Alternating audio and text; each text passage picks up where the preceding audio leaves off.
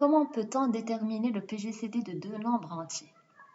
Dans cette vidéo, je vais vous expliquer le cas de 63 et de 42. Le PGCD, déjà, c'est quoi?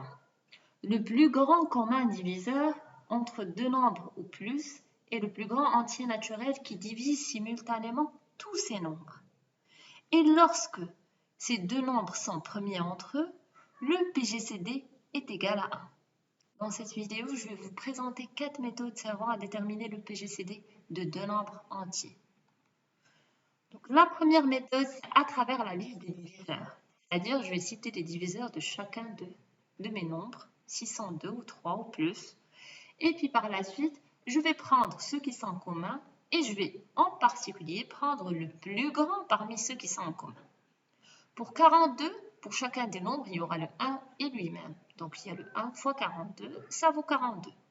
Et puisque les unités de 42, c'est un 2, donc le 2 divise 42, et pour avoir 42, il me faut 21. Donc, 2 fois 21, ça vaut 42. Puisque la somme des chiffres de 42, c'est 4 plus 2, ça fait 6. Donc, c'est dans la table de 3. Donc, 3 aussi divise 42. Et pour avoir 42, il faut que je multiplie le 3 par 14. Bien évidemment, puisque le 3 et le 2 divisent 42, donc 3 fois 2 qui vaut 6 divise 42. Et pour avoir 42, il faut que je multiplie le 6 par 7. Et systématiquement, ça me donne mon nombre. Pour les diviseurs de 63, ben, il y a le 1 et le 63. 1 fois 63, ça vaut 63. Et puis, puisque 6 plus 3, ça vaut 9, et c'est dans la table de 3, donc 3 aussi divise 63. Et je fais ces 3 fois 21 et qui me donne 63. Bien sûr, puisque 6 plus 3, ça vaut 9 et c'est dans la table de 9 aussi. Donc 9, c'est un diviseur de 63. Et pour avoir 63, j'ai à multiplier le 9 par 7.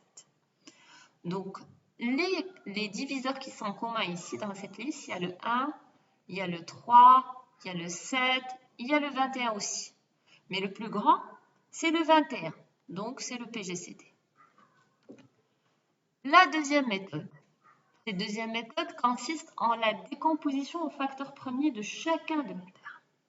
Donc, à décomposer 42, 42 divisible par 2, donc ça me donne 21. 21 divisé par 3, ça me donne 7. 7 par 7, ça donne 1. Donc, 42, ça vaut 2 fois 3 fois 7. Avec comme puissance, c'est 1 parce que chacun est répété une seule fois dans le produit. Pour ce qui est de 63, 63 par 3, ça vaut 21. 21 divisé par 3, ça vaut 7. 7 par 7, ça vaut 1. Donc 63, c'est 3 fois 3 fois 7, donc c'est 3 au carré fois 7 puissance 1. Cette méthode, qu'est-ce que je fais? Je prends les bases communes. Mais ici, le 42, il y a comme base, c'est 2, 3 et 7. Pour 63, il y a 3 et 7. Ceux qui sont communs, c'est le 3 et le 7. Ben, je les mets en produit. Après, pour ce qui est des puissances, je prends la plus petite puissance de chacune des bases communes. Pour le 3, il y a, ici, c'est une puissance qui vaut 1. Ici, c'est 2. Donc, je vais prendre 1. Parce que sinon, si je prends 3, c'est comme si c'est le 9 qui divise aussi 42. Alors qu'il y a le 3 qui divise 42 et le 3 qui divise 63. Mais le 9 divise uniquement 63. Donc, pour le 7, puisqu'il y a un 1 et un 1 ici en exposant, donc je prends 1. Donc, c'est 3 puissance 1 fois 7 puissance 1, c'est égal à 21. Pour la troisième méthode, c'est à l'aide de l'algorithme des différences. C'est-à-dire, en voulant chercher le PGCD entre 63 et 42, qu'est-ce que je fais? Je fais la différence, tout simplement. Donc, 63 moins 42, ça vaut 21. Après, je continue à faire ça en utilisant le résultat obtenu et le plus petit des deux termes de la soustraction. Ben, les plus petits termes de la soustraction, c'est 42. Donc, et le résultat, c'est 21. Donc, je vais faire 42 moins 21. Ça me donne 21. Après, je vais répéter la méthode. Le plus petit parmi 42 et 21 ici, donc c'est 21. Et je vais faire 21 moins ce 21 et ça me donne 0. Donc, une fois que j'obtiens un 0 en soustraction, je prends le résultat qui est tout juste avant. Donc, c'est le 21. La quatrième méthode, c'est à l'aide de l'algorithme d'Euclide. Que dit Euclide? Si j'ai A et B de nombres entiers naturels tels que A supérieur strictement à B Et R, c'est le reste de la division euclidienne de A par B. Donc, c'est comme si j'ai A égale à B fois un quotient plus un reste. J'ai le PGCD de A et B vaut le PGCD de B et du reste. Pourquoi?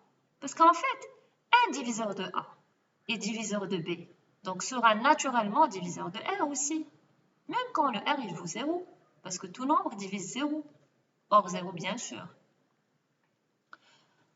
Donc on a le PGCD de 63 et de 42, c'est égal le PGCD de 42 et 21. Pourquoi? Parce que 63, c'est égal à 42 fois 1 plus un reste qui vaut 21.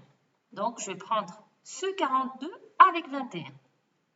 Après la deuxième ligne, j'aurai 42, c'est ce 21 fois 2 plus 0, puisque j'ai obtenu 0. Donc, je prends le résultat du reste non nul tout juste avant. J'espère que cette vidéo vous a plu. N'hésitez pas à me laisser des commentaires si vous avez des questions ou des suggestions. Merci.